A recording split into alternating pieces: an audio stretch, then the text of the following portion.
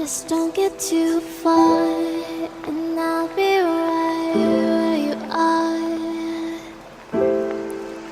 Hello, Taurus, and welcome to your end of June reading. I am Princess India. If you are new, if you're family, welcome back, my friend. So I'm not going to take up too much of your time because I am a little late. So I'm going to go ahead and jump right into your reading. Super dope thing is I bought a new set of dice. They're not, homemade. I got them from China.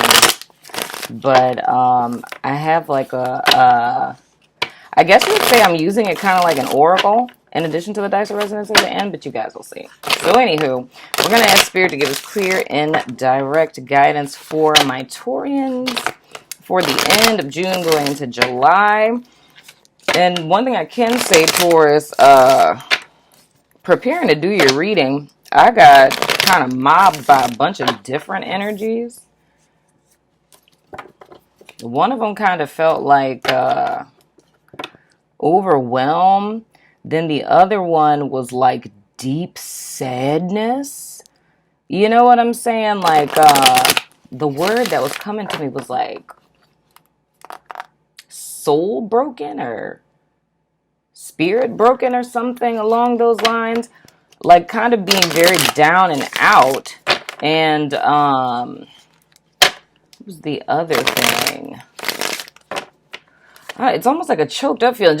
I guess overwhelmed would probably be the best way to kind of encapsulate it. But it just felt like a lot. You know what I mean?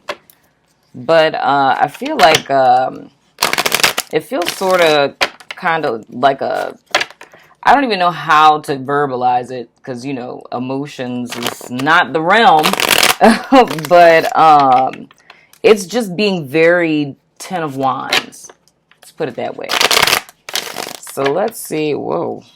A bunch of birds. What's going on with you guys?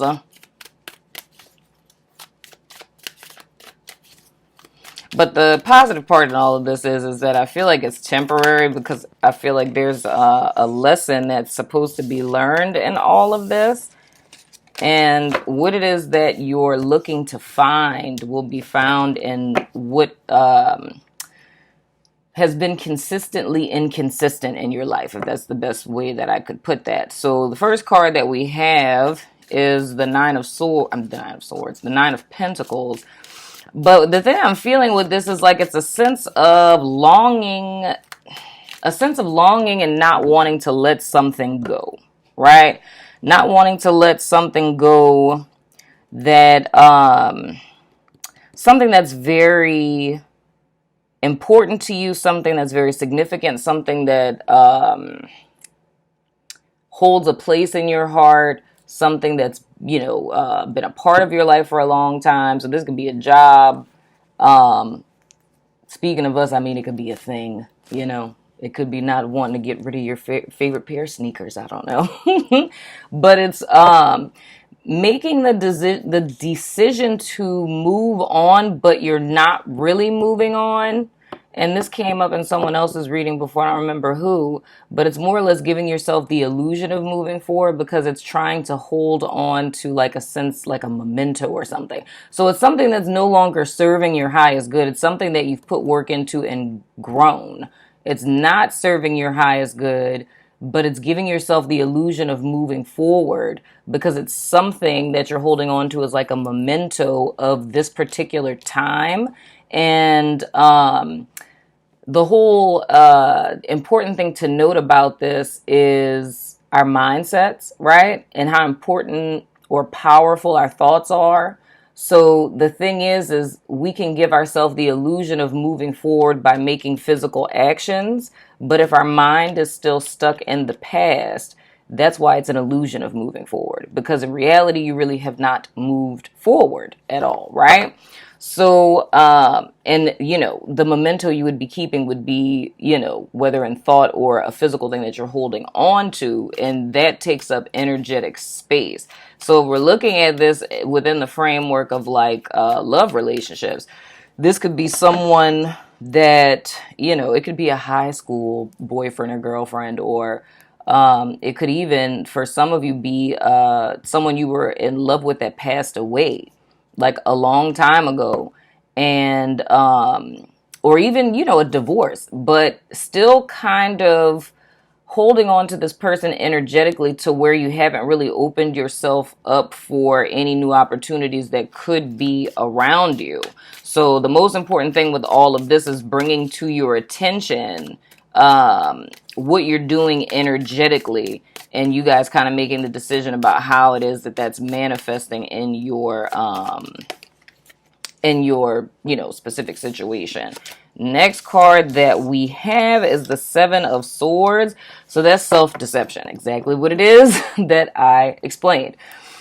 If you guys are feeling, so going back to the energy I was feeling sitting down to do this reading, if you guys are feeling blocked or stagnated or stuck, this is more or less Spirit's way of bringing attention to the hand that you have in your stuckness, right?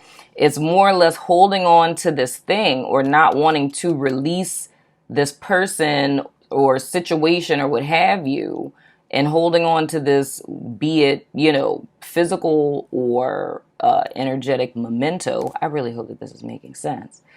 Is how we are deluding ourselves, right? So it's telling yourself, all of these dogs chasing birds, I'm so sorry.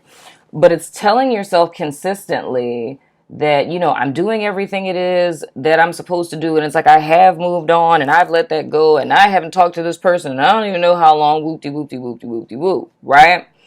But the attention is being brought to the source of the issue, which is the fact of your energetic stance, right? When you stand with something energetically, everything in, the matter realm, like, touchy-feely 3D world, all of that is going to reflect your inner state. So the reason why there's a sense of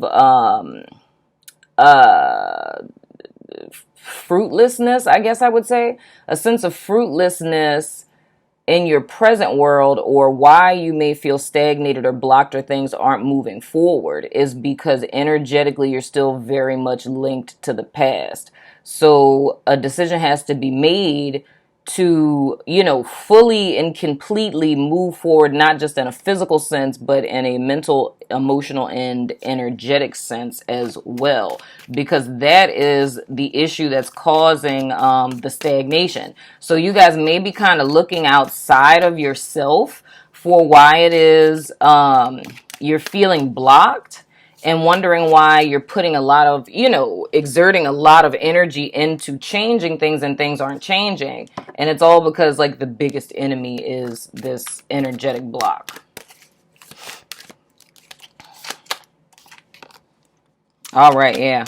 Next card we have is Judgment.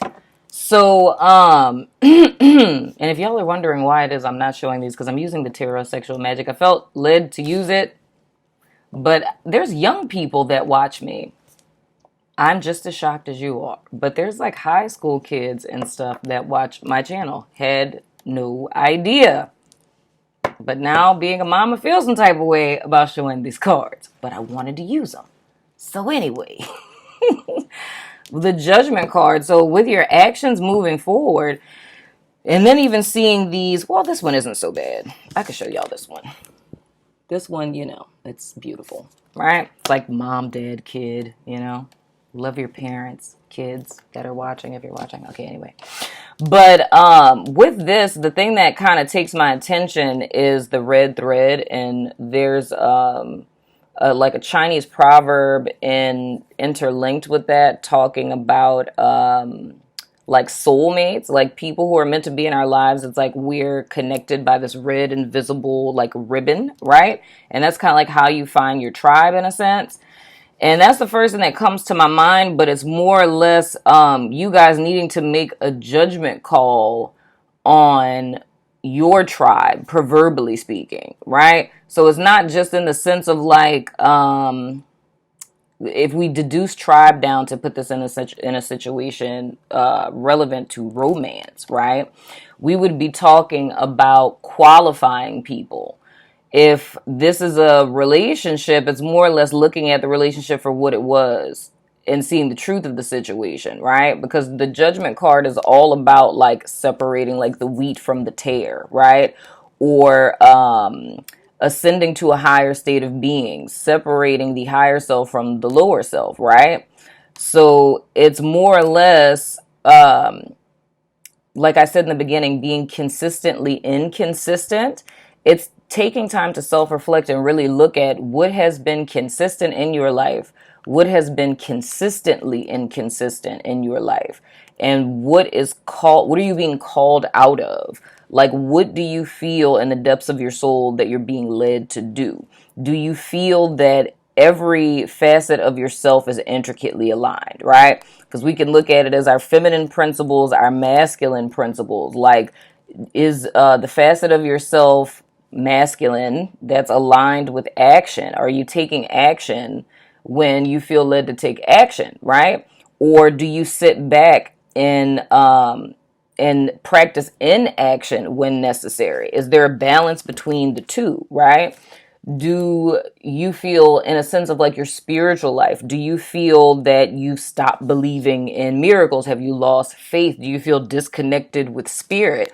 It's kind of doing this personal assessment or personal recall of seeing how it is that our actions lead to consequences, and continued actions and consequences lead us to circumstances, and seeing where it is that you guys fall in all of that, right?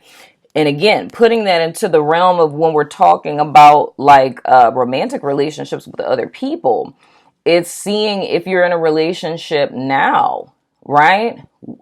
Are you still holding on to something from the past, whether that's a person or if it's a mindset or an experience, right? Because one of the main things that's kind of jumping out to me is like a lone wolf mentality, right?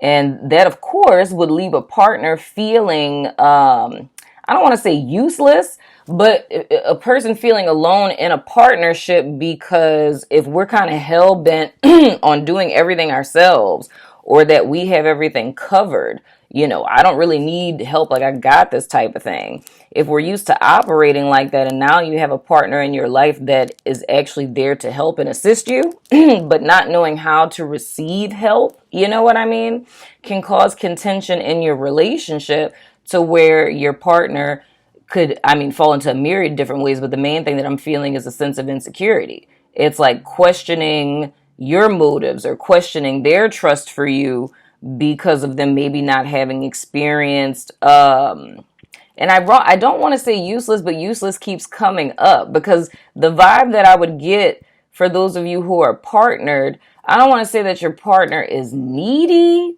but it's like let me just say, they have the spiritual gift of mercy. You know what I'm saying?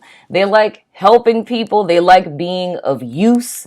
And not in a negative way, but it's almost like their life song is like, use me in a sense, but not like use me up, but like use me in the sense of like, how can I be of service? Right? And I feel like this person, and that's a whole nother issue, but because their value and worth is very much tied into being of use to people, them not being able to be of use to you is like triggering insecurities and doubts and distrust and stuff in them. But I feel like you guys are kind of so preoccupied with whatever this is, whether it's, and then I'm even getting another message about a father figure being abandoned by a father figure. So because I'm kind of seeing it like the Taurus person I'm talking to, in mind, you're fixated on something past tense, and what's occurring in your life presently is being ignored or neglected, because mentally you're still in the past and you're not seeing things for what they are now. So it's almost like this is a forewarning, because and this is something I can tell you, because y'all know I talk about myself. This is something I have to be cognizant of, because by nature, I am a workaholic. I kid you not. Like, I work 7 days a week, right? Even when I'm not at work, I'm working. And I have to be very cognizant of that. And that's because of my, my Saturn being in my 6th house with Sagittarius, it's like I'm by nature a workaholic, right?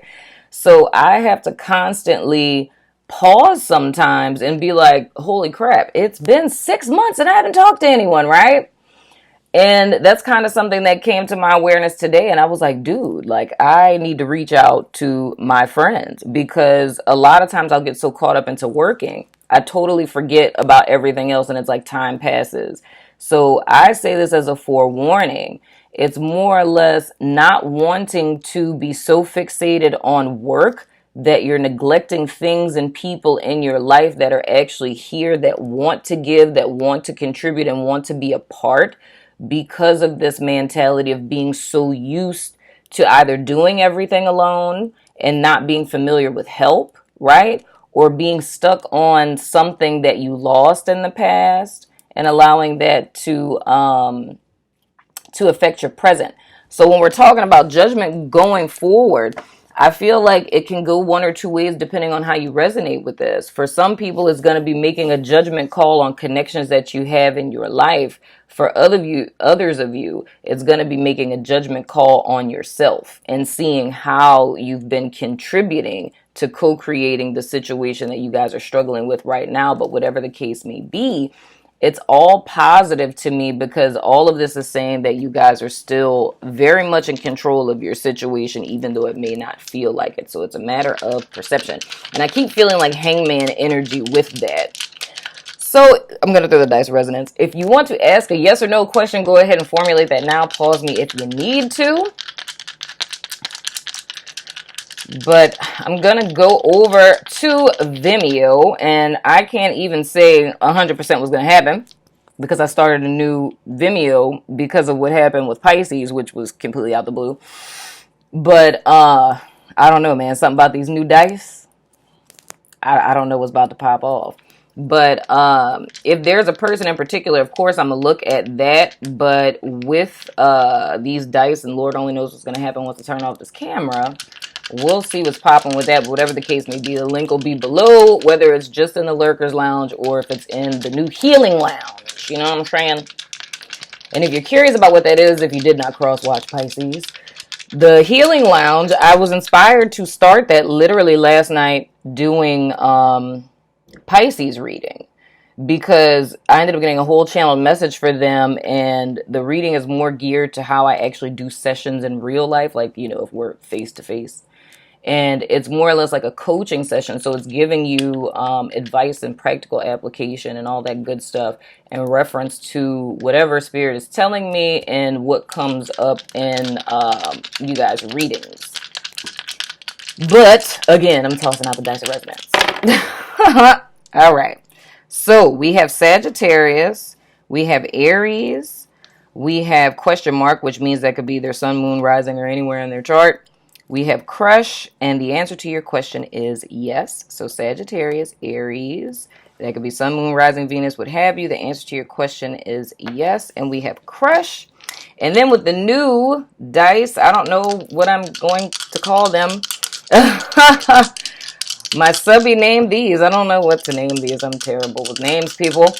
But I have like a little cheat sheet because this has zodiac signs, it has planets and numbers. And because I do not know the symbolism of all the planets, I have a little oracle cheat sheet that I created. So for each planet and each number, it's different little messages that I got that are in reference to what, you know, stuff you can apply to your life and things of the sort.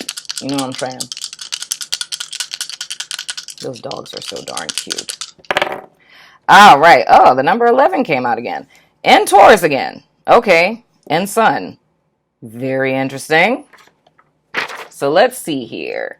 For Sun, we have... Oh, wow. And we were actually kind of talking about that. We have Father, whatever that means to you. Things you would want to look into is masculine principle, the Hermetic principle, the law of polarity, which talks about that there are no opposites, right? Just two extremes of the same thing, like masculine and feminine. They're one and the same. They're just two manifestations of the same energy. Then It's a reminder that you're infinite. Things you want to focus on are self-mastery and start working on strengthening the weak points of your sun sign, right? Which would be Taurus, which is confirmation. Oh, wait. My screensaver came up. Sorry. And then Taurus came up. So that's double confirmation. You know what I'm saying? So when we talk about looking at strengthening the weaknesses of our sun sign, so funny that sun comes out in Taurus and hilarious. So this, I don't know, could this just be for people who are sun sign Tauruses? I don't know. It doesn't matter. Apply where need be. But, you know, like with every single sign, like if you go on like Google and like they have like the positives and the negatives of Taurus, taking into account what we said in this first sentence, like the law of polarity, don't look at it in the sense of like negative and positive. And this is also something, if you're familiar with MBTI, like Myers-Briggs personality assessment, if you know your MBTI type, this is another method you can use for personal development as well, which is looking at the weak points of your sun sign or the weak points of your Myers-Briggs and working to strengthen whatever your weaknesses are, right? So, trying to think of a really good weakness for Taurus.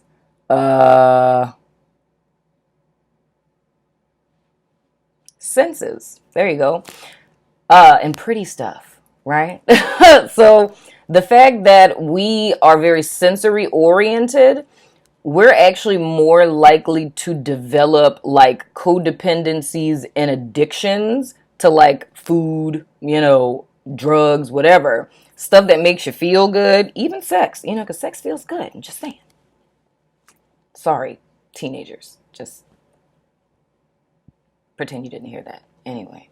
But things that feel good, that are sensory oriented, and if we use that as a supplement, kind of what we talked about in Pisces, a supplement or a surrogate for, you know, an emotion that we're feeling that we don't like or don't understand, or when something doesn't go right, that's a weak point for us by nature. Like it's just etched into our personality type. So the thing would be is if you identify that within yourself, then it's finding more healthy coping mechanisms as opposed to going to your standard, you know, natural inclination based on your sign. And if you cross-watching, you can apply that to yourself as well, right? Now with the number 11, what we have is asking yourself the important question of where are you manifesting from? Paying attention to the state of your heart space, right? Because of course we know that's like a portal, or if you look at it as your heart chakra, it's taking into account, if we think about like Mayat and the scales, like not just like the scales, but like the scales in ancient Egypt and weighing your heart against a feather. What that's really looking for is hard-heartedness, like how much of you is fixated on the 3D realm and how much of you is fixated on the spiritual realm. How much of either one do you acknowledge? Another thing that's important to note with Taurus people is that that's also a natural inclination for us is to be to the 3D realm. So it's kind of rechecking yourself and seeing if in any way you have been neglecting your spirituality. If you feel like you don't have one, you might want to cultivate one, and so on and so forth, right? And how we would apply this not just with ourselves, but with others, right? Is looking at in our partnerships, are we truly taking action? Are we really being our best self? Are we really with who we're with because we want to be there? Or is it settling because it's comfortable? It's emotional security, financial security, what have you.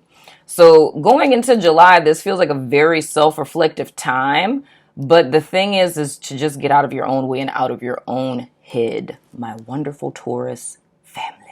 So anyway, that has been your reading, Taurus. It's been a pleasure. And I just feel like something fell in my eye and I was trying to play it off, but now it feels weird. But anyway, that's been your reading. I hope to see you guys sooner than later. I'm going over to Vimeo. Oh my God, it's really in my eye. I think it's an eyelash. Going over to Vimeo. The link is down below. I love your freaking face and I will see you guys soon.